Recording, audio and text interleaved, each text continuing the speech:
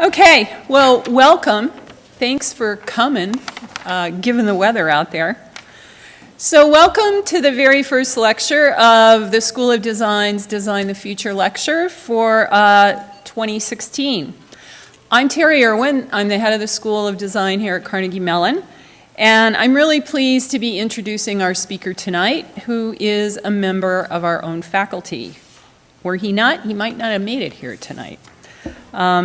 Cameron is the director of both our doctoral and design studies programs here at the School of Design.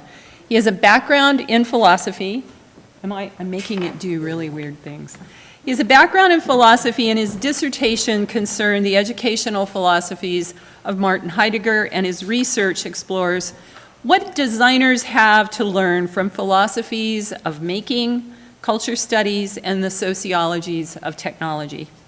His work in constituting a new design studies track here at the school has focused on topics and themes that better prepare designers for a wider scope of work in the interdisciplinary challenges of the 21st century and its societies. Cameron was responsible for reshaping and relaunching our doctoral program here and founding a new professional doctorate, or DDes, program for mid-career professionals. Before joining us, he was Associate Dean of Sustainability, and before that, the co-chair of the Tishman Environment and Design Center and chair of the Design Thinking and Sustainability in the School of Design Strategies at Parsons in New York. However, as is evident from his accent, he is not from our land. Prior to his arrival in the U.S., Cameron was Director of Design Studies at the University of Technology, Sydney, and Executive Director of Change Design, formerly known as the Eco-Design Foundation. His primary area of research is sustainable design and recently transition design, but in particular he focuses on the design of systems that lower societal materials intensity by decoupling use and ownership.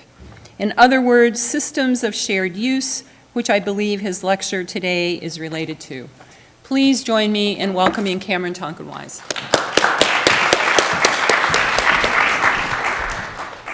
Thank you very much. Thank you for coming on a snowy evening. Thank you for giving me the chance to talk to you. I am not going to be reading Jacques Derrida's lecture, which he gave at Cornell University many years ago. But I've got this slide here to basically say it's an amazing opportunity to be able to speak to the whole school, to speak to some extent to the university. It's a great privilege, and it's a strangely rare thing. It's not very often that faculty, in a sense, speak to each other formally about their research. And I think this is problematic. I think it's something that universities should do a lot more of.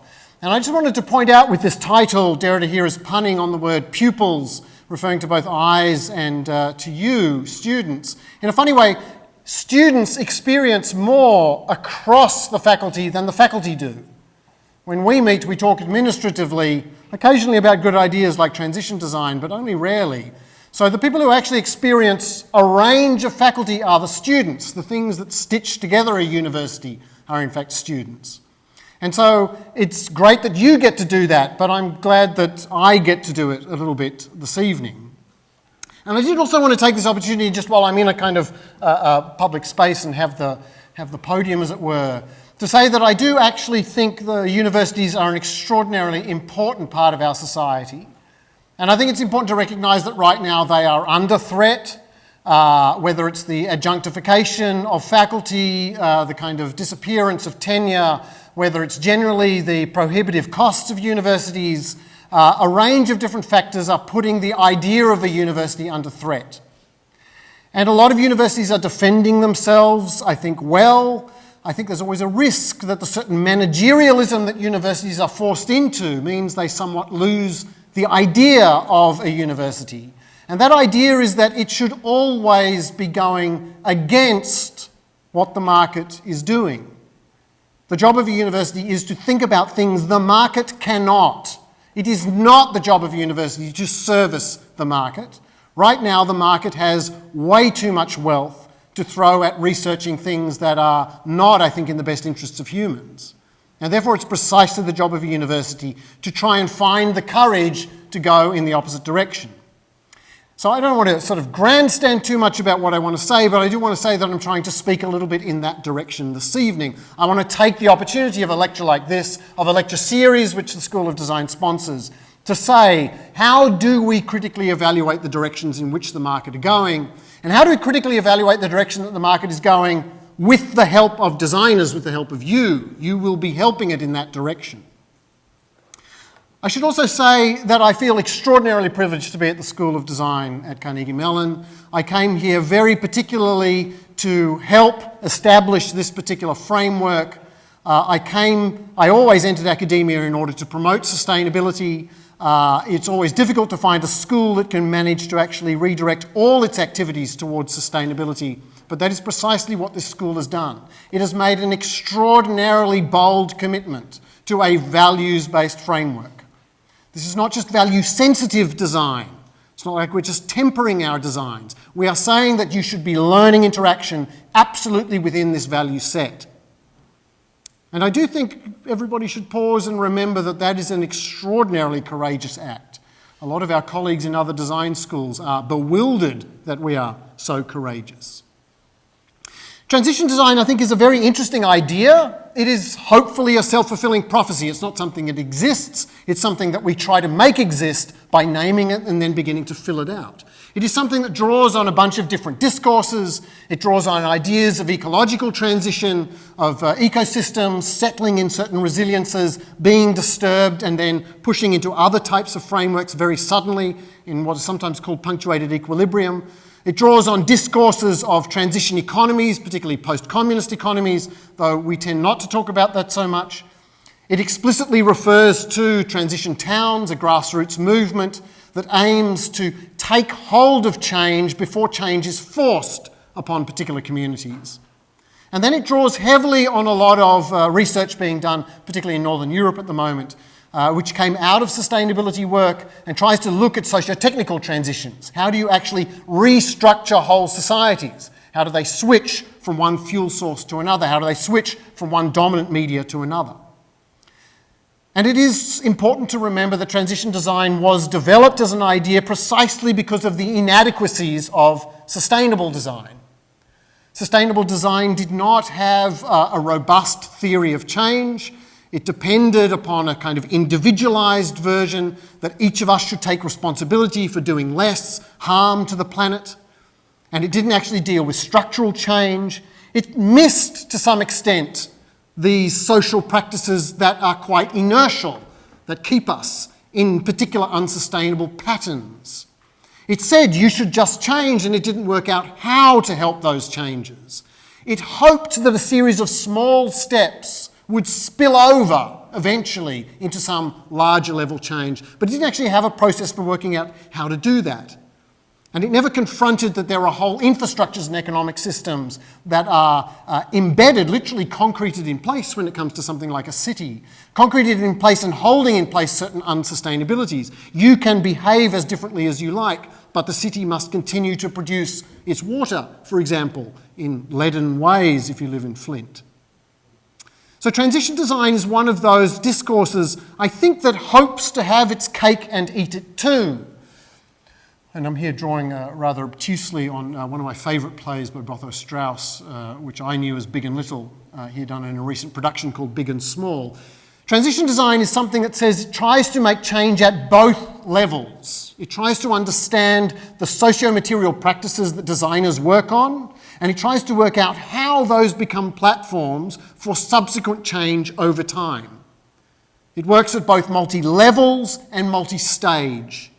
It never aims to just solve a problem. It aims to solve a problem in a way that creates a platform for other ways of living. It's constantly trying to open up further steps.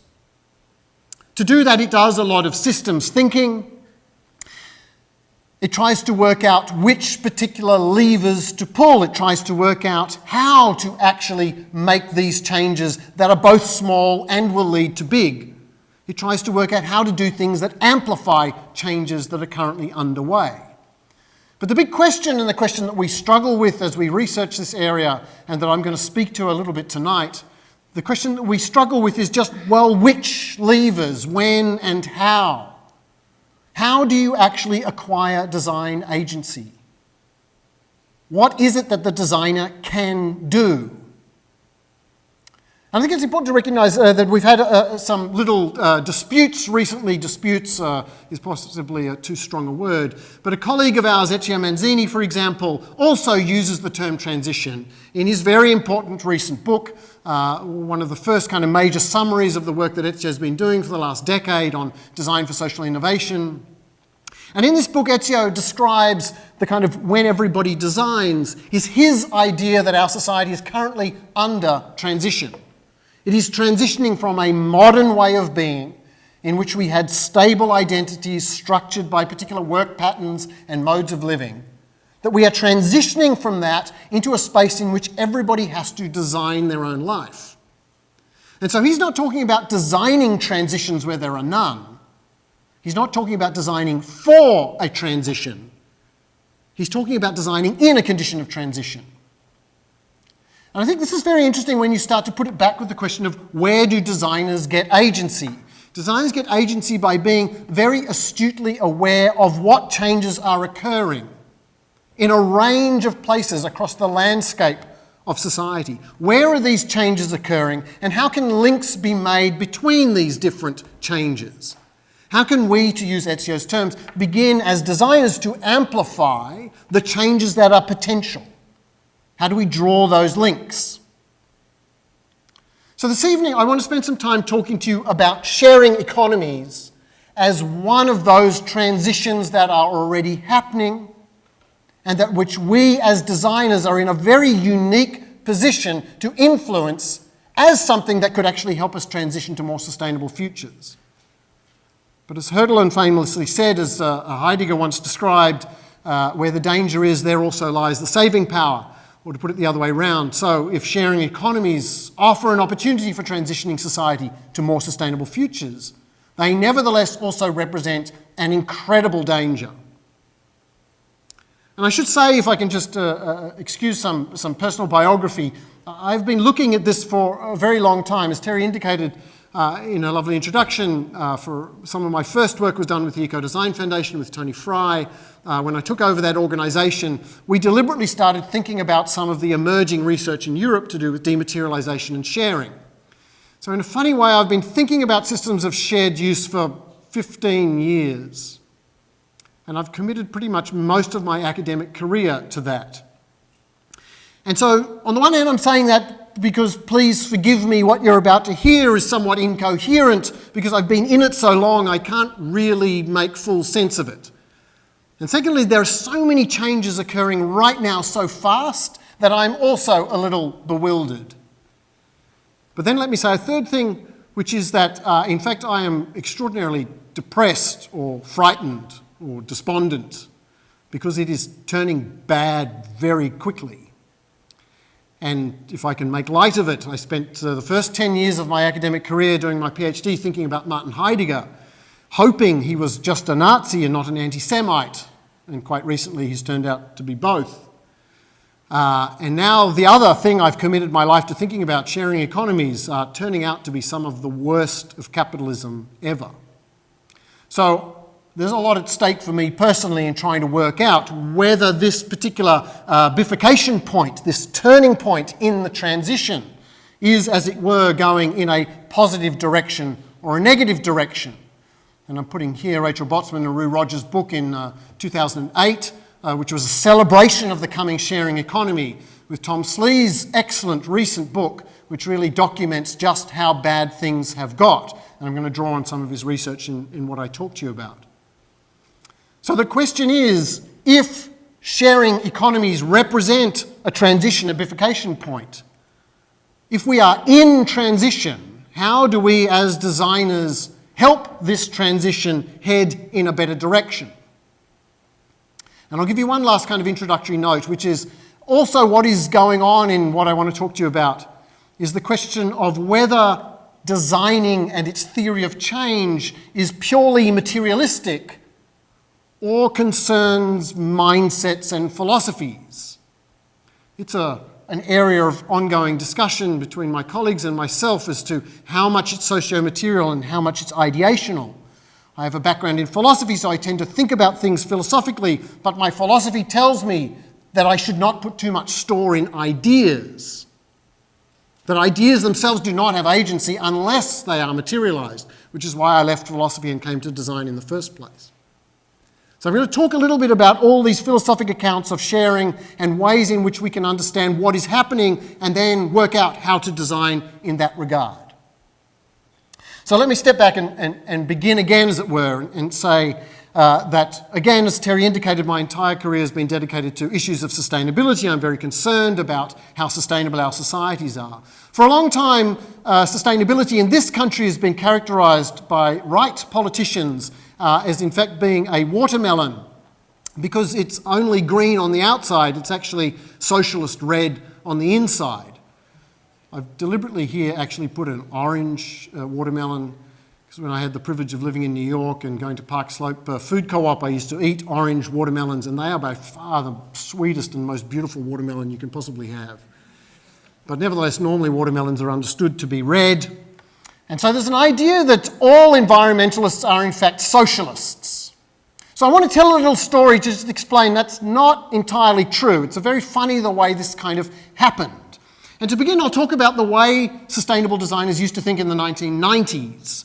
In the 1990s, we all hoped we could calculate the most sustainable thing to do. So if I was trying to decide between paper and plastic bags, if I was trying to decide between plastic diapers in this case and cloth diapers, if I was trying to make these kind of decisions, should I be using aluminium or aluminum as you call it, or wood framing on a window in a house, which one should I go with? And we hoped that we could do life cycle assessments. We hoped we could quantify this. We hoped we could actually name the value and put it into a computer and calculate the most sustainable, and then the engineers could press the button and the world would be fixed. By the way, the answer to this dilemma is in fact no diaper at all. You use the elimination method, traditional Chinese method of raising children, makes you pay a lot of attention to your children, etc. At a particular point, people got sick of this kind of quantification, or rather they kind of went in a different direction. They said, look, we're not going to solve it once and for all. What we need is merely a heuristic quantification. We need a kind of general measure. We need a proxy. Schmidt-Bleek Friedrich Schmidt-Bleek came up with this particular idea of what he called MIPS, materials intensity per unit service. He said, I just want to look at overall materials flow. I'm not going to look at particular toxins. I'm not going to look at overall life cycle. I just want to look at the fact that we have too much stuff. We have too many things. Our life is too materials intense. And the things we have last too short a time, so they are flowing past us too quickly. They're going straight from out of landfill through a factory into retail, into our houses, into landfill, and then ending up in the Pacific Ocean as a great big garbage patch. That is happening too fast. So what we actually need to do is just measure materials intensity. So he was still in this 1990s measurement frame, but he picked this particular kind of way of saying what we need to do is determine just a rough index. And he founded, therefore, this thing called the Factor 10 Club. And the Factor 10 worked on a very simple global piece of math. He came along and said, well, if 1/5 of the world's population is consuming 4/5 of the world's resources, then in order to achieve global equity, that 1/5, and I should make a point here, which is that almost everything I'm talking about only concerns North Atlantic countries tonight. I'm not claiming to be speaking to other nations in their development cycles. I just want to clarify that I'm only speaking about what should happen here, as Schmidt-Bleek was. On that basis, us in North Atlantic countries right now should try to live with 1/10 of what we currently live. 1/10 of your possessions, 1/10 of your overall weight, 1/10 of the materials flow through society. We should have a Factor 10 reduction. The picture here is Ursula Tischner's project, which she did with Schmidt-Bleek, looking at a Factor 10 fridge. The way this fridge is 1/10 of the materials intensity is by being a shared fridge. It's in fact built into the building, it remains with the building, you don't take it with you anywhere, it's actually getting its thermal insulation from the building, and the only thing you carry around is a small compressor. So it's a series of shelving systems, and in this way you could get to a Factor 10. Now, in this story, you're seeing that a bunch of people who were trying to do calculations to work out sustainability suddenly arrived at the conclusion that what we needed to do was decouple use and ownership. That if you wanted to massively reduce materials intensity, what you should in fact do is have shared use. If I have a highly efficient lawnmower, it only achieves factor 2 perhaps. But if I have a highly efficient lawnmower shared between a whole street of houses, all of a sudden I can actually get to factor 10. So these people kind of arrived at this red socialism of shared use precisely because they were just doing calculations, rough calculations, factor 10 calculations on how to reduce materials intensity. So throughout the 2000s, people did extensive amounts of research on what was called then product service systems. And this was some of the research that I was engaged with in the early days of the Eco-Design Foundation, and then when I went to the University of Technology, Sydney, we were looking extensively at how to dematerialise, how to help designers help society dematerialise. And as I said before, the theories of change, I think, were not strong. They were based on a series of very odd assumptions. Here is one assumption which is still very dominant in a lot of discussion around sharing economies. This is the idea of functional equivalence. You don't want a washing machine, you want clean clothes. You don't necessarily want a kitchen, you just want to be fed. You don't necessarily want a house, you just want somewhere to sleep. And as I push these, you can start to see that the functional equivalence is a bit odd. When things do nothing, they are not idle. They are doing something which is being available for you. You might only use your car 90% of the time. But its functional equivalence is not Zipcar or Uber. Its functional equivalence is something where you can get an instant ride, which is actually the cleverness of Uber over Zipcar, where you still have to schlep down to the local yard to pick up a car, unless they get their distribution right. So there was a presumption that you could just switch people. People just want this. All I need to do is show them this logic, and the mindset will switch. I just need to show them functional equivalence, and they will hop over. The other idea that I spent a lot of time thinking about was indeed this idea that you could trickle from one to another. You could have a spillover effect.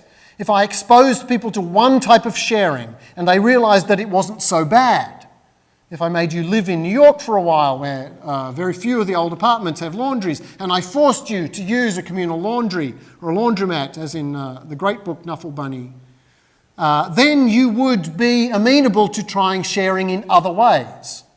This is a kind of Rogers diffusion of innovation argument. You've experienced it in one place, you've trialled it, and so you're happy to accept it somewhere else. Again, a kind of a weird version that practices might be equivalent, that laundering is somehow the same thing as driving, which is somehow the same thing as cooking. And if you experience the sharing economy in one place, you just might do it somewhere else. But this was the kind of theory of change we had in the 1990s. Again, kind of indicated by this recent advertisement by Zipcar, where they've co-branded with the Brooklyn Library in order to indicate, well, you borrow books, why don't you just borrow a car? It's the same thing.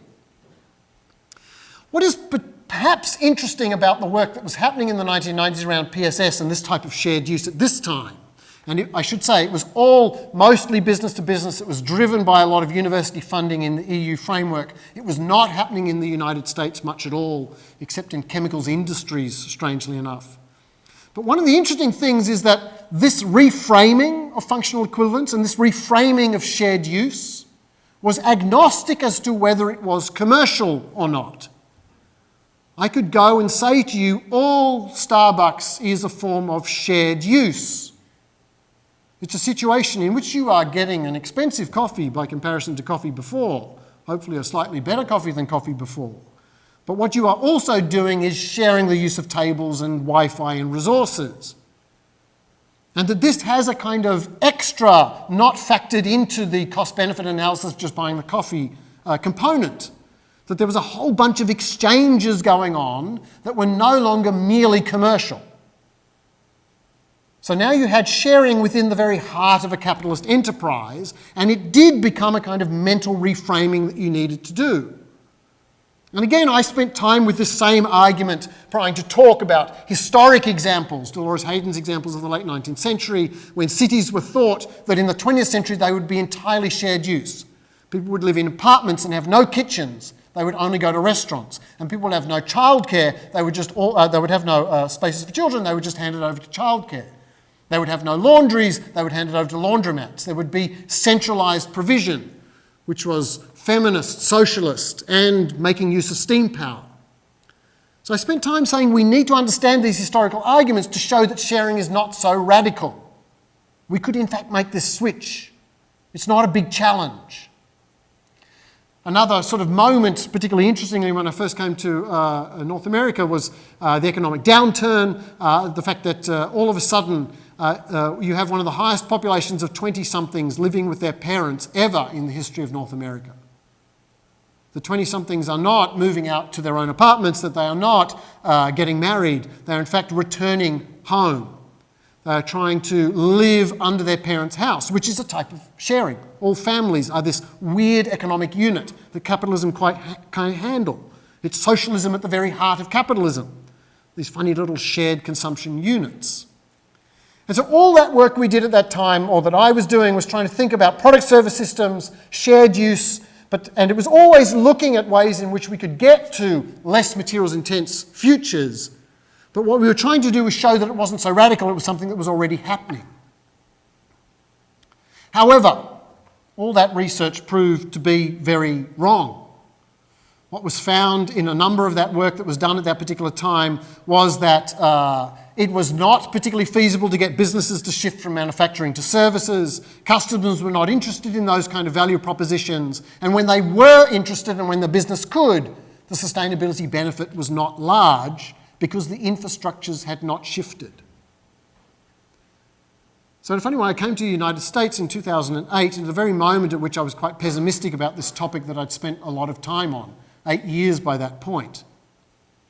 And then when I arrived in the United States, a very odd thing happened, which is that all of a sudden, on this side of the pond, a different type of sharing started arising. This was not driven by university funding, EU frameworks. This was not business to business or small business renovations. This was startup. This was digital and startup culture beginning to think about the sharing economy. And if I can just take a moment, I think on this side of history for us in this country, we forget actually how much of an accomplishment this was. If you think about what it was to live in 2005, which some of you weren't even in kind of political consciousness at that point, but if you think about what it was to actually live in 2005, and to imagine that by 2015 it would be totally normal, not huge percentages, but very normal as a discourse to think that you might get on a plane, go to a foreign city, get into a stranger's car which is not an authorised licensed taxi driver, and get driven to somebody's house and sleep under the roof with them. This now, Airbnb, Uber, not a particularly interesting proposition, quite regular. I want you to think about how radical that was compared to the moment of 2005 in which people were still living in a kind of suburban bunker, materialist, own everything kind of mentality. That whole bubble was driven by ownership culture. It was an ownership society, buying houses and filling it with stuff. Nobody could imagine that you would be engaged with strangers in these types of economic transactions. So this is what I say when I mean a transition is occurring. We are in the midst of it. It is quite radical. It should not be forgotten how radical it is. There are people in this country paranoid about socialism, and yet we have this level of sharing occurring. And obviously I need scare quotes at this point, and I'll come back to what those scare quotes mean. But nevertheless, we have non-traditional forms of engagement with strangers. These are not friends, and these are not businesses. There's some weird thing in the middle. So how did we get there? How was it that this particular change happened so quickly? I think it's very important to ask this question, and I think it's very important for designers because the answer has something to do with designers. It has to do with the kind of engineering technologies that allowed this kind of convergence to happen, that allowed new devices which gave us particular connectivity on a mobile basis. It gave us the capacity to begin to do locational search, to be able to be very confident about seeing things whilst on the street and not just in front of a computer, to actually get that kind of empirical verification between the internet and the world. This was actually quite radical leaps in technology, though more so it was new practices that we adopted as a result of what the technology afforded. Or rather, it afforded that because of the kind of designs that enabled it, that made the world literate to us whilst looking through a phone. And this was no more the case, no more evident than particularly in relation to something like social software, social media. Social media is not particularly interesting technologically. It is perhaps these days with the kind of machine learning occurring in the background. But the actual process of people enrolling and participating, this was a social shift. This was not a technological shift. This was a maturing of the population in relation to the technology. This was an acceptance of what it meant to engage with semi-strangers, with this weird new category, these people who were not friends and yet we called them friends. These acquaintances, these links. All of a sudden we get very used to this type of engagement. It is quite normal to receive requests.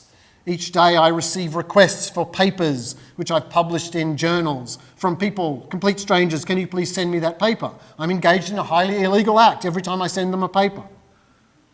And yet I don't worry about it in the least. This is a very strange type of economic relation, and I think it's important to say that this shift has occurred. This is part of the transition. Part of what we need to do is take heed of the fact that this is how the world now is, quite unexpectedly compared to 2003, 2001. I do not think, however, that this should be described as the fact that we are all becoming more trusting. I do not think that what's actually occurring here is that we have decided to like our fellow person more. I do not think we are getting more community. I think this is a misreading of what's going on, and a very dangerous one, given the materials intensity sustainability framework with which I am trying to think about this. For example, if you think that shared use is all about trusting somebody else with your stuff, what you are doing is reinforcing the frame that stuff is important. You are in fact evidencing a high level, let's say, of materialism. You are very committed to your things. You are so protective of your things that you will only lend them to those you trust. If we have quite a lot of shared use of things occurring, people sleeping under other people's houses, people jumping in other people's cars, if this kind of thing is going on, it is not because we are more trusting, it is perhaps because we are less materialistic, I would argue. And let me give you a particular version of this. If you recall this particular argument that we've had, a type of digital convergence. This digital convergence has made these particular devices incredibly valuable. Most of you will have heard me say a fairly oft-cited statistic, which is that these particular things are within 2 feet of you 99% of the day. And they would be the other 1% if they were waterproof and you could take them into the shower. These things are right next to us. Your life is lived through this. You know, because when you lose this, you become mad, insane, paranoid. It's the worst thing that could possibly happen to you, losing this. It was very weird that this thing that is so valuable to you that you keep it on your person like no other device. I mean, except maybe for certain cultures of men and their watches. This thing that is so close to you that you're so dependent on the other hand, if I was to do this terrible thing, do I care about this one? This thing that is so valuable to you, do I care about this particular one? If I am a privileged, white, middle-class American, as I am, well, not American, I might have a spare $600 and I can instantly walk down to Squirrel Hill and get a new one. And within 20 minutes, I can be back where I was. I don't care a jot about this particular one. This is a very weird relation to things because I get all my value. I get an incredible amount of convergent value out of this thing. I get enormous numbers of services. I absolutely love and depend upon this thing, and yet I have no commitment to this particular one. And I think this is an interesting, different relation to things. Of course, it's not only this equipment. Nowadays, it is my 1,000 CDs I have at home and my 1,000 books that I have at home. And if those things are also in the cloud, then I also don't mind if someone stays at my house. I don't think they're going to pilfer my CDs. It doesn't matter if they pilfer my CDs. Pilfer is an Australian expression for stealing, I'm suddenly thinking. I don't mind if they take it because they are in the cloud. I have a replication of them. And so I do wonder whether this starts to actually change the nature of the situation we are in. Do we still have a suburban bunker mentality? And this might be generational. It might have to do with being a student and being mobile. It might have to be part of being a creative class where you do actually value being in cities more than being in suburbs. It could be demographic. It might shift back. It could be a result of the 2008 financial crisis, but it could also be socio-technical, a socio-technical practice. So each of these things has in fact created a particular affordance in relation to shared exchange, shared interactions. These are the different capacities that now enable us to share. If I wanted to suddenly learn a guitar, I can use something like a Yelp Monocle to find a guitar from someone who is not currently using it. I could ask to borrow it. We could engage in some kind of barter in the background. All of these are very simple interactions. And that precisely is the point. That what we are now seeing with sharing economies is by design. It is designers and their interaction designs that are at the front line of these types of interactions. They are the ones affording these particular relations. They are the ones that allow us to skip the need for TrustCloud, who I couldn't actually find their website because they appear to have gone bankrupt. We don't actually need TrustCloud because of the kind of interaction designs that are afforded that allow these type of engagements. And we know this is celebrated, this is excessively celebrated, it's almost mythical that Airbnb is a design company. Here you have graduates of RISD who finally managed to become a unicorn. I know RISD makes a lot of money out of saying that over and over. These are companies who are spending a lot of money on interaction design. They are ones trying to work out how do you make shared exchanges convenient. They are working out how to actually enable this at the level of the interface. So I think what you're seeing is the incredible power of design in relation to this type of philosophy of convenience, the value of convenience, to cite Tierney's very important book, very underread and important book. And when you have this framework, when you start to try to understand that what's happened with sharing economies, which is quite amazing to its extent, to the extent of it being unpredicted in 2001, 2003, this incredible amount of stuff that's been occurring. And when you start to see that this has all gone through technological interfaces to do with mobile telephony and locational media and our practices to do with that, a lot of it just looks like it's only being framed in terms of convenience. But I think it's important to sit back and think, what is it that designers are actually enabling us to do when they allow these transactions? And so I would hedge that it has something to do with a matrix like this. Capitalism pretty much said if you want something, you have to pay for it. And capitalism did a great job of marginalising your capacity to make it yourself. What we are starting to see with these particular platforms is the idea that you now have a sliding scale from left to right and from up and down. That what you're able to do is decide that if you don't have so much money, you can invest some time engaged in social friction between people. You will get it cheaper by engaging with people. You might have skills, or you might find people with the skills. And so you get this slider. Economic relations now are opened up to much more than money.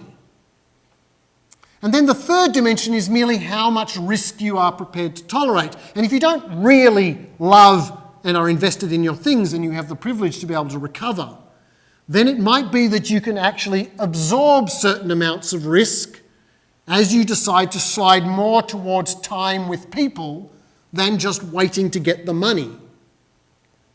I think it's a very interesting economic situation. And this is a moment at which this slider is precisely in the hands of the designers who are saying, how long are you prepared to wait for a car? Do you want this kind of service or that kind of service? Are you prepared to walk and go and get something if you're buying it on eBay? Are you prepared to go there and avoid the delivery costs? How much are you prepared to participate in this? How much are you going to co-create the value of this particular relation? And this slider is now something that designers with their interfaces and the back-end platform keeping track is enabling us to do. This, I think, is very important because it puts the sharing economy back into a much wider framework of Karl Polanyi's famous argument about how we got capitalist in the first place. That the whole of capitalism was a bargain that said you can have freedom if you accept the risk that comes with it. If you want a risk-free life, live in a quiet, tight community in which your options are very small, but people will protect you when you fall. But if you want freedom to do something different, you have to also accept the risk. So I think this is exactly what's happening also with the sharing economy. People are in a position now to navigate how they move risk, time, money, skills around. They are making different sorts of decisions because the interface, the interaction design is actually allowing that. And from my point of view, from my kind of political point of view, what I think is particularly interesting is that this mix of money and people is precisely what I think is revolutionary. A lot of people say that what is really interesting about the sharing economy is that it is a step away from money, that it is a gift economy. We're returning to some beautiful traditional form of gift giving. Gifts were never traditional and beautiful. They were always forms of imposed obligation, as anthropology tells us. This is exactly what Marcel Mauss found when he went looking for these type of cultures. He actually found systems of obligation, which can sometimes be more tyrannical than systems of distance exchange. I do not think what is revolutionary about sharing economies is gifting, community, trustingness. What I think is precisely a mesh, a mix, a very messy mix. Capitalism, according to Polanyi, was about disembedding economic relations from social relations. If I want a cup of coffee, I don't need to know you to get a cup of coffee because I have this magic thing that says, "In God we trust." That's the promissory note that allows you to interact with me, even though we don't share religion or background, or I'm not from round here. You don't have to trust me. I can cooperate without trust, as the Russell Sage once indicated. So in this particular situation, what is happening with sharing economies is that we are re-embedding, I think, to some extent, economic relations in social, which doesn't make them nicer, it just makes them more complicated. It makes them more challenging. I'll give you a small example. I'm particularly worried when people say, the sharing economy, it's got nothing to do with sharing because people are exchanging money. What I worry about here is that I think this is a very bad interpretation of non-moneyed relations. So consider something like friendship or something like family. It's very weird to think that family is all non-monetary and everything in the market is monetary. I think it's much more interesting to think about the ways in which they are already kind of complicated. A friend is precisely somebody you could borrow money from. This is a little infographic which gives you some tips about don't just lend them money but pay for something else. It's a piece of wisdom about how to do these types of exchanges so that you don't get caught out. But it's not saying don't do it. It's saying precisely that what we need to do is find a way of getting a different mix, a mix of social and money which is much more interesting. And I think this is one of the potentials which is in the sharing economy, which is why I am still trying to fight for it. I think one of the things that I've argued previously in another piece is that sharing economies, for example, don't allow you to hide behind your job role. Here are some people engaged in masked behaviour in an office. Because when you are paid, you are allowed to not be who you normally are. It's actually quite liberating if you do service work, to not be who you normally are as a person, but instead to just play a role. But when you engage with an Airbnb host, somebody who's actually there, they cannot hide behind, let's say, the concierge's desk. You know them, they know you. It is economic, but it is also social. And it has a friction and an awkwardness. And that friction and awkwardness, I think, is a real revolutionary potential. It is that friction and awkwardness which is actually non-commoditizable by the platform which is enabling it. And I'll come to this in a second. This is exactly what Airbnb and Uber are trying to get rid of. Because it is this grain, this grit, in which economic relations now have social. And the question is, what are designers doing to help that grit, not make it go away? All of a sudden, when you start thinking about these types of relations, where one is engaged in social relations, but it's not defining of you, our whole modernist identity goes out the window. When you go to a party, you can no longer say, I am a designer. You need to say, I am a designer, Airbnb host, Uber driver, occasional photographer writing a script. I do some cooking on the side. All of a sudden, you become many identities, not just this one job for life kind of person. And again, I think this is interesting. I think it's very interesting when new platforms enable very different ways of being a human. Not just different types of humans, but being a different way of being a human altogether. This is a risky argument. Obviously, if I no longer have my own protected identity, if what's engaged in the sharing economy is not just giving up ownership of things, but even giving up ownness, the property of myself, the property of myself now becomes fragmented and multiple depending on what it is I'm doing. And none of those things are masks that I put on and off. I actually have to be that person. This is precisely what sometimes gets called precarious labour or emotional labour, where one actually has to invest your person. You can't just have an alienated relation to your job. You actually have to go and do it. So a lot of people are very worried. A lot of the colleagues that I was just at Platform Cooperativism are very worried about how much these sharing economies demand that you invest some of your personhood in these economic relations. And by the way, this investing of who you are in these sharing economies, who is in control of that? Me, to some extent, if I participate. But in fact, you interaction designers who force me to project myself to the world like this. As I often say, frequently making the joke, I am not someone who ever uses an exclamation point. Do not make me use exclamation points. That is not me. The person who stuck that exclamation point there is presumably the brand manager talking to the product manager and the interaction designer and deciding to put that there. But I have no choice about that. I could write a letter of complaint and hope that the UX person in the end is going to get rid of it. So here I am being presented to the world in a particular way. This is something that you all might have jobs doing. You get a job as a product manager at Facebook, you are engaged in profiling people. Did you take courses at university that told you how and the politics of profiling people? Have you learned something about identity projections and the way in which interaction design participates in that? All these designers who are going to these positions, have they been taught what is at stake here? So I think this interesting part of sharing economies, the way in which we have to invest some of ourselves in it, which a lot of left thinkers are very worried about, this kind of emotional labour, which I'm interested in because it's a proliferation of identities. It becomes an opportunity for a kind of social friction instead of just a convenient capitalism. These are the things that I think we should be designing and thinking about. These are the transition points. This is where the bifurcation occurs, in actually the layout of this page. Now, if you had that job, if you had that opportunity, unfortunately you're up against some very steep forces. This, in fact, is your enemy. I said earlier I was going to talk a little bit about Tom Slee's work. This is his data analysis of Airbnb. It's got some press recently. This comes from an article that he had. If you look here at this graph of his, what you can actually see is that the bulk of listings or the bulk of bookings with Airbnb are whole home. Whole home means the person who is listing it is not actually in the house when you go there. Sometimes it means they hand over the keys, but it means you are not sleeping under the same roof as them.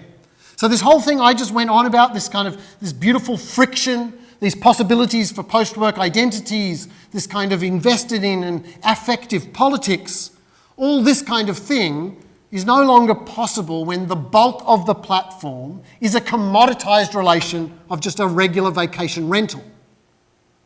Why is Airbnb doing this? Why are the majority of listings or bookings, for example, from people who have multiple listings? And the reason is because Airbnb is currently highly leveraged in terms of investment. And those investors, kind of people at Goldman Sachs, they want consistent, regular return on investment. And if you want consistent regular return, you need a commoditized offering that just has standard revenue coming in all the time. You don't want messy friction like Jerry Seinfeld sitting as a concierge. That's exactly what's going to make your revenues bump all over the place. What you need to do is regularize that. So I think it's precisely because these platforms are in control of very large capital at the moment. Enormous amounts of capital, way too much capital that has nowhere to go, that is pouring into these so-called unicorns, that you're seeing a drive for this type of platform. Airbnb enables person-to-person, but the majority of the money that makes the kind of transaction skimming that the investors are looking for, they are just commoditized multiple listers by people who aren't present at the place. There is none of that social friction, which I think is interesting. And so these platforms start to get, I think, a little bit nasty about the way they commoditize. And they start to do a race for a bottom like a very 20th century model of business. Here is a partner of this institution apparently saying something like this. Taking the livelihoods of people who are apparently income smoothing, but also ex-cons and military people, great people who need a chance and are getting a chance being an Uber driver because the background checks are a little lax. These people are given a chance, but then all of a sudden their living wages are being driven down. And again, this is an interesting situation. In these platforms, what is happening is not just about enabling you, perhaps, as a customer. I'm looking at all of you as people who use rather than offer the service, which might be a wrong presumption. These platforms are also, therefore, about controlling those people. These drivers are not employees. They're just afforded an opportunity of connecting. Uber is very insistent. It is merely a technology platform that enables transactions between people. It is not a transport logistics company, which is why it can't be held responsible for engaging in those types of activities and doesn't need to provide benefits to its employees. The big question is, when these people are not contracted workers, when you cannot control them because they're employees, how do you influence them to deliver guaranteed revenue to investors? How? Interaction design. You spend your time creating these types of messages. Someone, possibly a CMU design school graduate, decided to say that this, which is not an error, it is a unilaterally imposed penalty by Uber on a driver because it means that Uber is no longer able to service its enormous investment with regular returns. This error message is designed by a designer. Now, possibly they were having to fight a product manager and somebody else further up the chain to do this. But the margin size, the titling, the caps, the font, all of this is about how you script and push behaviours of drivers. That's what these platforms are now doing. And I think it's very important to see just how kind of brutal this pushing is. This is how much agency designers have, and this is how this agency is being used to force people into commoditized service provision. Now, if you insist that you can only have a design for services, and you refuse to recognize that service design is the design of people, you will miss this politics. But service design via interaction design is the design of people. It is so powerful these days that it is constituting itself as a new politics. It is making claims that it is now able to mobilise people the size of an army at the recent superhost meeting of Airbnb. It is able to influence policy by lying with interaction design. This is a straight-up UX lie. This revealed, in fact, that all of Uber's initial indicators of where cars are is a lie. All of it was merely indicative. At one point, one Uber representative said it is just a screensaver, don't worry about it. But we all think these are actual cars moving around, which is why they were able to use this button here to leverage a population against Bill de Blasio's attempt to cap the number of drivers in New York. This is the agency of design politics. This is your agency if you get a job working at Uber. And as a result, because of this kind of commoditization of these service economies, which have, I think, this interesting grit, in the end we lose even the materials intensity gains of all this. People are just using these platforms to flit around the world with enormous greenhouse gas intentions. They're not having fewer cars, they're buying more and more cars. And they're buying more and more cars when they're least able to do it. Screen grab from Uber's website here. Drivers with poor credit or no credit history. Why does Uber want these drivers? Because these Uber drivers cannot refuse a ride because they need to make a payment on the car that they bought in order to be able to participate in Uber. This is indentured servitude. This is serfdom. This is serfdom by interaction design. This is exactly the spaces in which the sharing economy has gone. And Stephen Hill is very polemical about this. The odd thing is that I still actually think there is potential, and I still think there are things that can be done. The kind of regulatory framework, the kind of legal frameworks that could be put in place in order to limit this are actually quite light, and they would dent the profits of these companies, given the scale of over-investment that's occurring in them, but it would not make them unprofitable. It could, in fact, redistribute the profits to the very people who are participating in the system. So this is Trevor Schultz's publication coming from the event he just held at New School at the end of last year, which basically said, these are platforms. All you have to do is build another platform that is owned by the participants. It doesn't have to be scaled by venture capital-backed Wall Street. Now, it's going to be difficult to get the scale to deliver the convenience that something like Uber can at the moment, but it is not a politically large exercise to just create an alternative. It is in fact just a design exercise. And this kind of resistance is already occurring. It's already occurring in the driver forums. It's already occurring with researchers beginning to look at the way in which these drivers are being manipulated. And you, in fact, even have counter-surveillance techniques. This is Six Silberman's work on Turkopticon. He's now moving into a larger sharing platform. And all of this has made an amazing shift in the labour politics. These are kind of virtual unions for the gig economy. These are interaction design platforms. These are situations in which I can start to take these platforms and make that mix of people and time, skills and money. I can adjust that. When I gave a talk about this at Trevor Schultz's event, a designer in the audience, Ian Drysdale, very quickly mocked up this little indicator to give a sense of what I was trying to argue for. Here is a situation in which the Uber profile of this driver tells me that he is at risk of termination because of the draconian rating system, which is really quite skewed and unfair that Uber is using. And it tells me he has a large family, and so I might be prepared to wait longer to get him and give him a positive rating.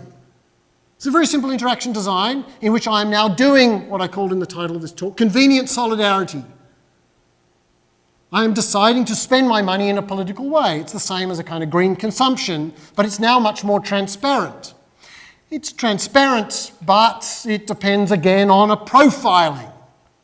Why does this guy present himself in this way? Why is it something about having a large family that should elicit my sympathy?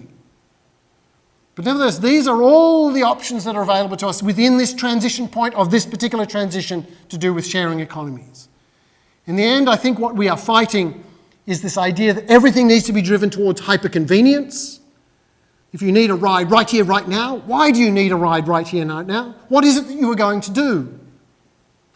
Are you heading off to just be more productive in order to generate more value, which will return to Wall Street, as, for example, Doug Rushkoff, not in this book, but in his second, more recent book, Throwing Stones at the Google bus. In his more recent book, just argued, why do we have to invest in that particular? The whole point about platforms is that they are very easily re-scripted by interaction design. It's very easy to begin to constitute alternative types of economies in which we use the time and the participation in the economy, the kind of mix of people and skills, time and money. We can use that mix to afford other types of activities, to take back the economy, as Gibson Graham argued, to begin to invest it in other more sustainable activities. These are precisely what are afforded by moving into gig and freelance with some regulatory protections, rather than just handing over our autonomy because we want instant convenience. We are in a transition. It is a transition which, for the first time ever, I think, is really dependent upon interaction design. It is something that is a great opportunity that I think we should all, as a school and as students who will go and actually participate in these economies as employees, that we should be fighting for. Thank you.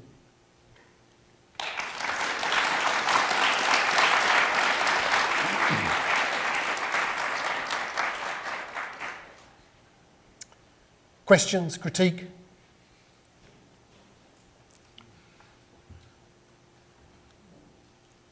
Defences of Uber's business model?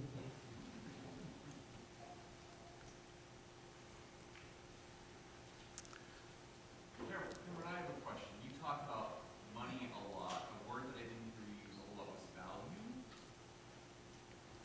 Do you have anything to say about that? I think, so it's a good question because it was precisely what was missing. When I have this sort of funny matrix, which I'm just using, this kind of slider of do you have money or do you have time? In which case, if you have little time, you spend a lot of money. Do you have skills or can you find people who can help you? This kind of matrix, this is basically a co-creation of value model. This comes directly from service design.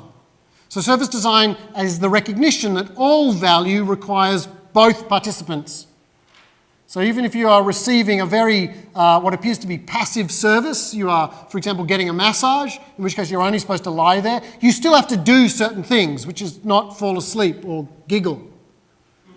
Right? So you are a participant in the creation of that value. So service design very clearly recognizes that it is not consumers, producers and consumers, it's always co-producers. These are value constellations. So I think that's exactly what we're fighting over here. How do you constitute value? How do you constitute value that is not merely handing over profits to Wall Street in terms of their investor base? How do you get those coming back to people as time, as skills, as other types of social friction, as new types of identity? How do you create systems that afford a lot more than money? Presuming a base level of meeting needs, which is the kind of flaw in the argument here. You're presuming that, according to Y Combinator right now, general living becomes so cheap that it doesn't matter that there's unequal economies, unequal pay, because we can all afford to live. It's a VC said recently, you should just be happy you have an iPhone. It gives you access to entire libraries of music and you can order food in a car. It's incredible. All you need is an iPhone these days. The only thing it can't do is clothe you. So in this case, I think what you're seeing is new types of value, but it presumes a base level of needs that are able to be met. It's everything kind of beyond that. So there's a flaw in the argument here about basic living wages, etc. Yep. Do you know of any non-profit sharing service-based companies? Because I only hear about Uber or other sharing economy companies that are basically just trying to regularize it for the dollar. Right. Okay, so the question was about non-profit-based systems. No, there are plenty. You just don't hear about them because they're not unicorns and so they're not sexy to write about. If you go to the Platform Cooperativism website, you will see whole sessions in which, for example, you get union-based sharing platforms. So there are drivers' unions that are now replicating the Uber model, in which case the profits are returning to the drivers themselves. You get a whole series of cooperatives, very traditional cooperatives, food cooperatives, housing cooperatives, childcare cooperatives. All these are using the cooperative model, which is a legal framework within North America. So I showed a slide before of SELC, the Sustainable Economies Law Centre. Janelle Orsi, who runs this, does incredible work providing legal services to not-for-profits so that they can meet the regulatory requirements to participate in this domain. So these are all the people who are playing by the rules. They're not Ubers who just come in and flout the rules and are so big that nobody can actually penalise them. So there are large numbers of these. They're all very regional and local. They're not going to stitch up and become national, and I think that's actually their power. That's actually what is interesting about them, that they're local economies. But they tend not to be written up in the national press for that very reason. But certainly just check out the Platform Cooperativism website and you will see a very large number of cooperatives in lots of different areas offering these types of services. Ahmed?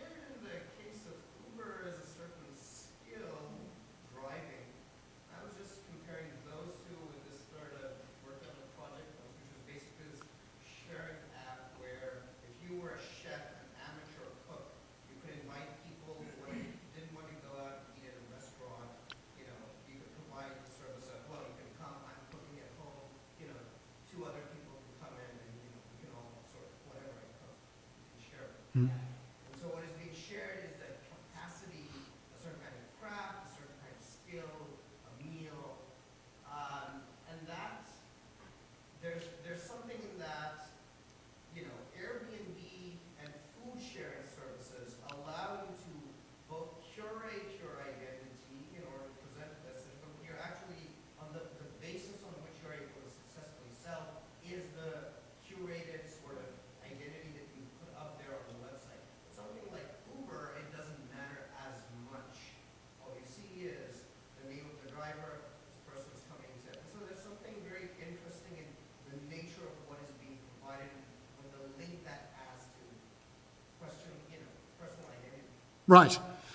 So I totally agree with the sentiment of what you're saying, that there are, depending on what one is sharing, the nature of the friction and the capacity to design with or against that friction modifies.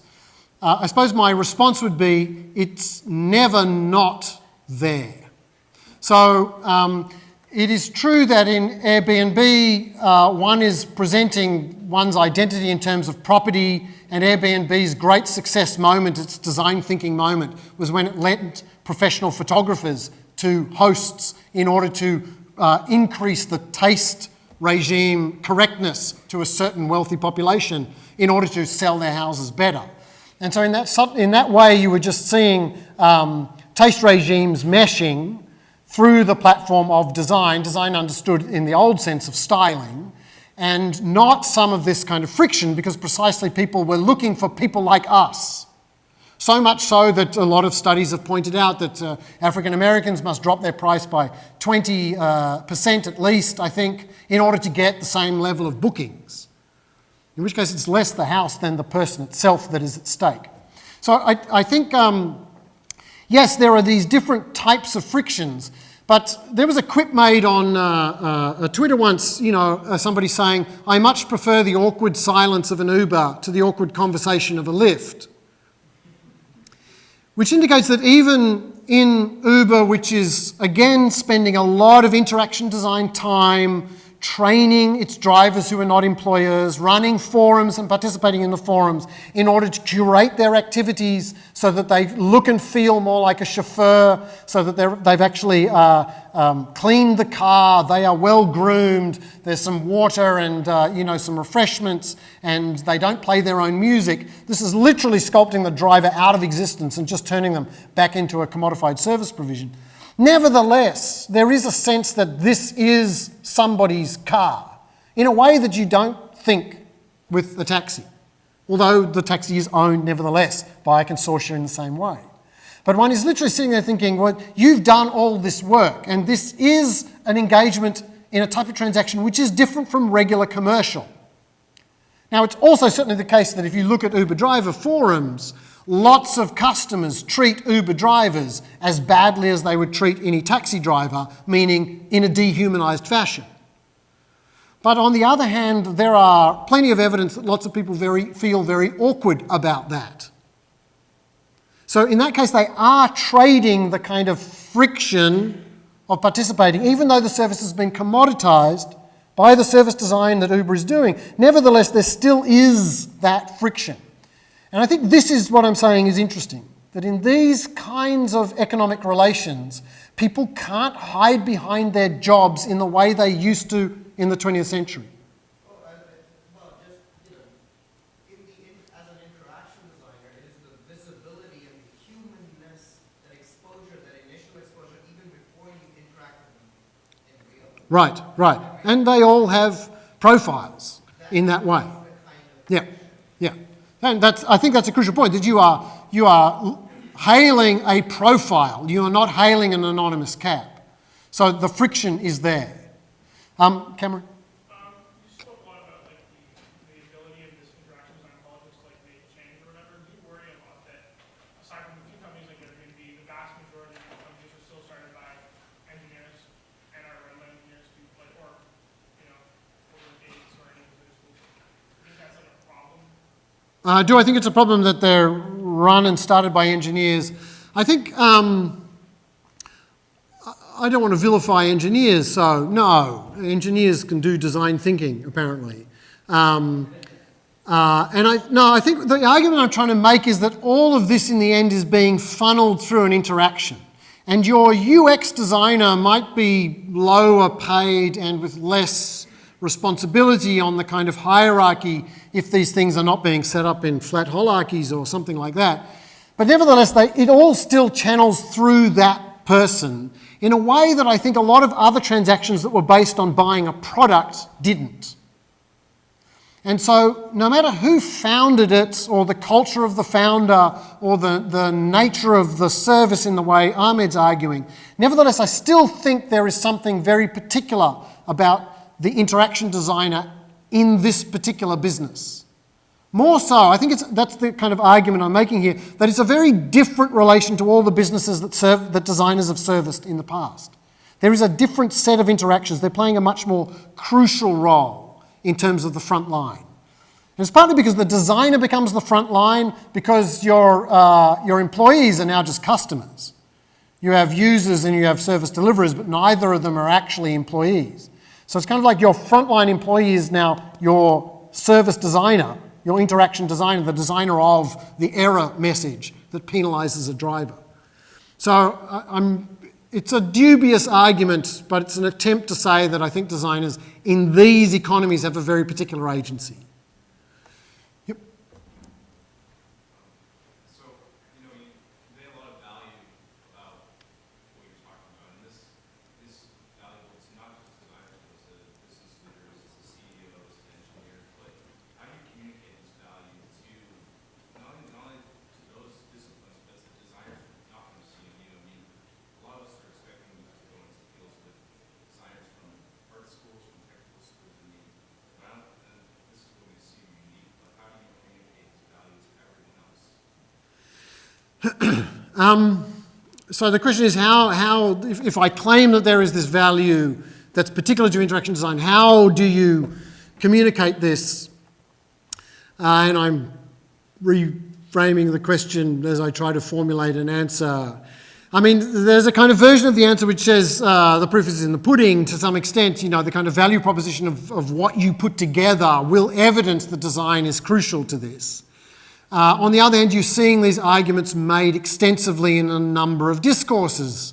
Design thinking is an indicator of the fact that non-designers are getting the difference that two value propositions that designers make. But the argument I'm making here is that you actually have to be a lot more proactive about the argument you're making for the value, because the value I'm talking about is not dollar value now. It's not this argument where I can go in and say, I'm going to improve the bottom line. What you're doing is saying, I'm creating a more sustainable platform. Now, one could use arguments around customer loyalty, branding. One could create arguments about the way in which this is actually a more sustainable business.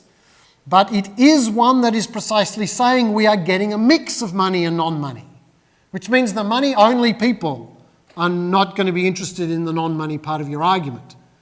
So that's the politics of being a designer. I don't want to shy away. I don't want to say that this isn't going to be a fight. You have to fight for these transitions, and transition design is about equipping you to have those types of arguments where you can show what is possible by platforming in other directions. But it is also an argument against the levels of profit that investors are currently seeking from these platforms, which are unsustainable. I mean, I want to be on record right now saying I would not want to be an investor in Uber right now. If you are an investor in Uber and you've not spent your time looking at driver forums, and even if you ran fancy CMU sentiment analysis on those driver forums, which is apparently what's going on, you would see that the value of that particular platform right now is dependent upon the capacity of drivers, the willingness of drivers to participate. And the recent pushback in terms of the price drops that happened because people use Uber less in these next couple of months, I would not want to be investing in this company. It's a very fragile business proposition. Certainly not worth $6 billion to my mind. Yep. In terms of the more local ones, like when you brought up the slide about showing how for Airbnb there's different, like it's more popular in a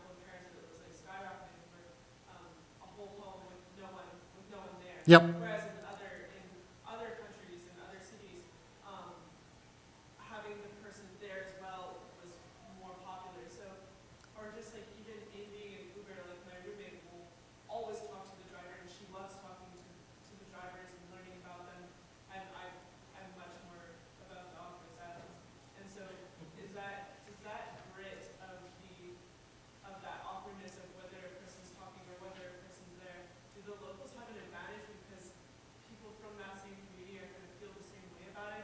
Whereas, like, let's say everyone in Pittsburgh would rather much more talk to their drivers, so a more local Uber would make more sense. Right, right. This is a very interesting question. So the question concerns the localness and how locals treat locals. And this has always been a kind of argument that capitalists kind of runs. Large multinationals are fond of saying they're in fact multi-locals, that the people at your local Walmart live in the same town as you. So Walmart might be extracting the profits and sending them to another place, but the people who you are being served by are local, and in a way that should re-establish the validity of the business proposition. And so it's certainly true that when you can see, or it's argued, it's a kind of theory of change argument, that when you can see the consequences of your behaviour, presumably you are better able to modify your behaviour in ways that benefit both. It's an old prisoner's dilemma argument. If I'm in a prisoner's dilemma and I'm told that at the end of the experiment I'm going to walk out with the person that I've just been in a prisoner's dilemma with, people generally cooperate rather than defect. I don't have time to explain a prisoner's dilemma, but in general, if I know I'm going to see them afterwards, I cooperate much more. And it's the same argument that if I'm local, I'm more likely to run into them, local on a particular scale. Let's say Pittsburgh's about as big as it gets before it loses that locale quality. So it's certainly true that if I know I'm going to run into them, I see the consequences of a commoditized platform. And I can't, in a way, just unconscionably participate in the extraction of resources and treat this person badly. It's an argument in general for the reason why we need relocalized economies, and even when companies are multinational, they need local, both service employees and customers, so that friction is there. So I would agree with what I'm understanding to be the hypothesis of your question, that in local settings, you could counteract the commodity of the platform. The big measure would be, we should get Tom Slee to do this work, maybe he's watching this and he can go and do this. The big thing would be to see whether tipping, which is illegal, not required, but kind of illegal as it were, according to the terms of the engagement with Uber, but people are starting to tip because they're beginning to feel that Uber is extracting too much. It'd be interesting to see if tipping is more in cities with smaller populations than in New York City, because we know New York values are just terrible. Jabe. I'm thinking a lot of parity, and when you talk, I'm wondering, lots of us maybe want to do academics, lots of us maybe want to do designers. Think in the future, precarity seems to be frequent in our futures. Yes. Are there lessons that we could learn from what happened in the sharing economy as far as the way that precarity played out in that space to think about? So this is a very important question about precarity coming, increasing, and I think in this I'm trying to be agnostic. So there is a kind of version of a left critique of the sharing economy which says the sharing economy, you should have known it was just going to turn into labour politics. You should have known it was going to turn into the gig economy. It was going to be an extension of neoliberalism. It was going to be a further erosion of worker rights. They lost social welfare states as a safety net. Then they even lost guaranteed minimum hours per week. They all are on zero contract now. In fact, they're not even on contract. And this is terrible. And what I worry is that you are then forced to defend jobs. What we want is jobs. We want good old 20th century jobs, if not 19th century jobs. No, late 19th century. Well, no, early 20th century jobs. Right? We want unionised, protected jobs for life with a kind of welfare system to pick you up at the end. And I don't think people are being duped into neoliberal precarity. I think, as Pogliani indicated, unfortunately people, when faced with the choice of freedom at the cost of increased risk, they choose freedom. particularly in this country, which has this whole ideology around what that word means, and it tends to mean choice. It doesn't mean freedom from, it means freedom to. So people are choosing that.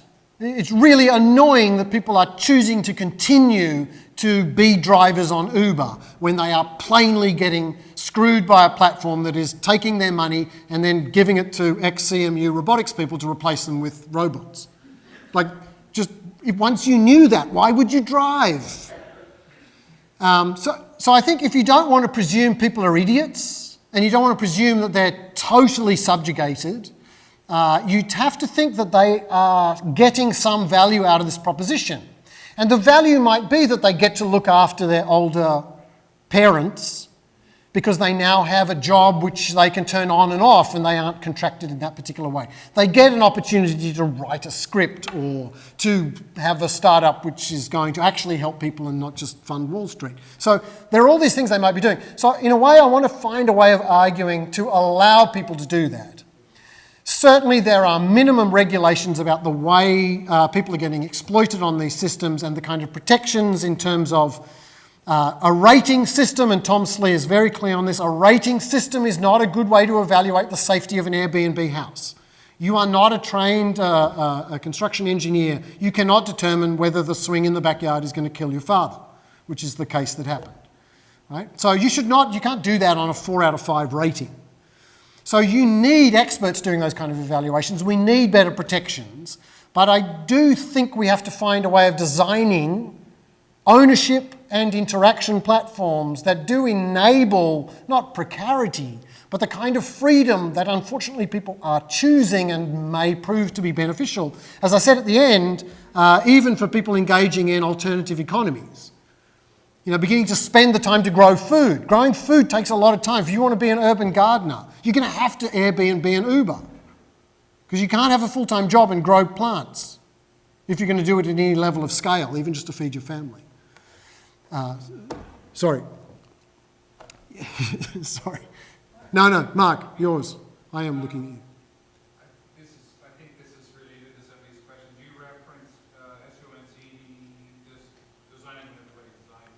In my oversimplified nutshell summary of that is that, well, design is increasingly engaged, professional design is increasingly engaged with political, economic, and social questions. Meanwhile, everybody else is increasingly involved with design for themselves and their own communities and their own industries. And eventually those will tangle up somehow. How do you, I think I listened to a lot of your talk and these questions thinking we were talking about professional design. And I think now through the discussion I'm starting to think, oh, well, one way to spread political awareness and to help with some of these questions is to see part of our job as giving people the Legos or clay or whatever to make for themselves their own platform. If Uber drivers can make their own platform, then off you go, yeah? And professional design can help them do that. Maybe that's a, but I guess I'm asking, have you thought about that or pursued what's your data? Okay, so the question is the extent to which what's involved in this is people, non-designers designing for themselves, or whether this is a professional service or the relation between the two. I always think Ezio is very instructive on this in that he sees design as a service industry. It is being of service, to use Harold Nelson and Eric Stolderman's phrase. It is being of service. It doesn't come up with the ideas. Communities come up with their ideas, and its job is to make those ideas more robust, to make them more enjoyable, more efficient, more sustainable. Sustainable in the sense that they're going to be perpetuated for longer. But he does recognise that that's a very particular expertise. The argument is based on the presumption that when heroes, as he calls them at one point, heroes out in the community decide to set up their own food cooperative or childcare system or transportation, when they do that, and there is a kind of condescension here. They will do it with some mistakes. They will do it because they're prepared to fight the system. They kind of like the grit. I had a bit of a dispute with Janelle Orsi at the Platform Cooperativism event because her opening keynote, she said, you know, everyone's saying this is all about design. I worry that you're all just making it look beautiful and slick. You must remember that the people who are doing these things you're talking about, building their own cooperatives, they like how hard it is, she said. So don't take that away from them. And that was one of these arguments where I was kind of sitting there thinking, no, you're slightly skewing. No, there's a way in which... But yes, they are committed to these kind of politics. So I do think Ezio has this argument that designers have a deep expertise about the relation between people and people mediated through things. They have that expertise which no other discipline understands. No one else understands use. Just whenever anybody says, what do designers know that nobody else knows? It's use. You can't do an fMRI on somebody's brain and work out use and then just do a robot on that basis. You actually have to understand the interaction between people and things, which is cultural and patterned and changes very slowly. Designers have that expertise, and they can bring that expertise to these kinds of communities. The other kind of half of the question, if I understand it, is you know, so should designers be taking a lead in this, or should they kind of be waiting for these things to come? It doesn't sound like design when you're designing policies and kind of business models. So I just heard a bit of that, even if that's not what you're saying, if I can see you right, Mark. But nevertheless, I think that's also the interesting moment. There are a lot of people talking about design in the expanded field, policy design, these kind of initiatives. And I think what is needed to be brought to those, and we'll hear more about this with the next talk that Lucy Kimball will give to us here, is understanding socio-material practices for policy, socio-material practices for value constellations, for when you're creating new value propositions.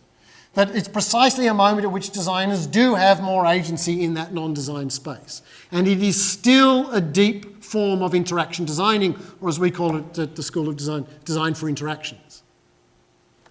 Maybe last question. Yep. Your example that you gave at the end of your last response about the urban gardener needing to use Uber, so on and so forth, that was a good example for what my question is.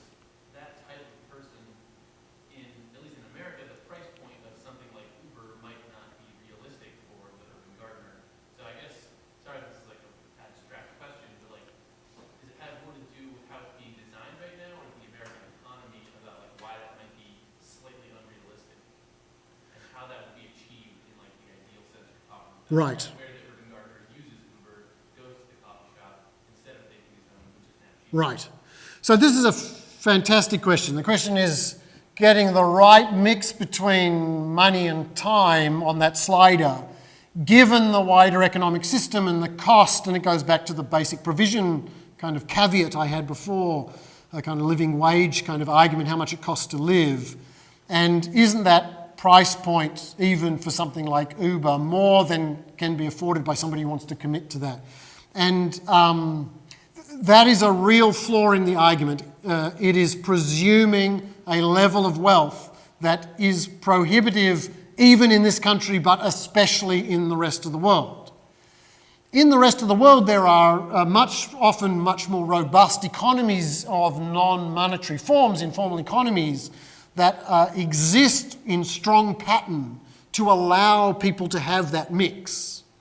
But it is true that part of what we need to do as a society is sit down and make those sorts of decisions. It's a kind of question about how you would run a communist state. You know, who has to clean the toilets this week, and who actually gets to write poetry, and how many toilets do you need to clean in order to earn the right to write poetry, and don't we just fall back into having a base monetized system then? Well, that's $1 and this is $1, so we're back in a money economy. So I think part of what's issue in your question is precisely that negotiation. And we need the space and time to have that negotiation. And all of a sudden career options are opening, which are not careers, in which people are going to be navigating that mix with partners, with communities, in share households, with local cooperatives. I think that ecosystem is becoming more diverse to make that mix. I'm not convinced, which is what I'm hearing in your question, that the current diversity is sufficient to overcome the base amount of cash needed to function in the economy as is. Certainly you don't want to fall over and fall into the American healthcare system, for example. That will screw you straight away. So I think this is a really beautiful question, and it's an old question of kind of how one organises the distribution of labour in a communist society in that kind of way. How does one begin to make these decisions? How do you work out how much work you need to do? Although any freelancer who is worth their salt and has done careful planning does know how to kind of create a mix of enough client work to see them through a certain period, pending other calamities they can't anticipate. So it is a skill, it's a financial literacy skill that one needs, and one needs to know that you can have recourse to these non-financial economies to make up for other things. If I suddenly need to drop things and go and weed the garden, can I find childcare at a moment's notice? Do I have to press a button for Uber for childcare on my phone? Long and complicated, very snowy evening. Good luck getting home. Thank you.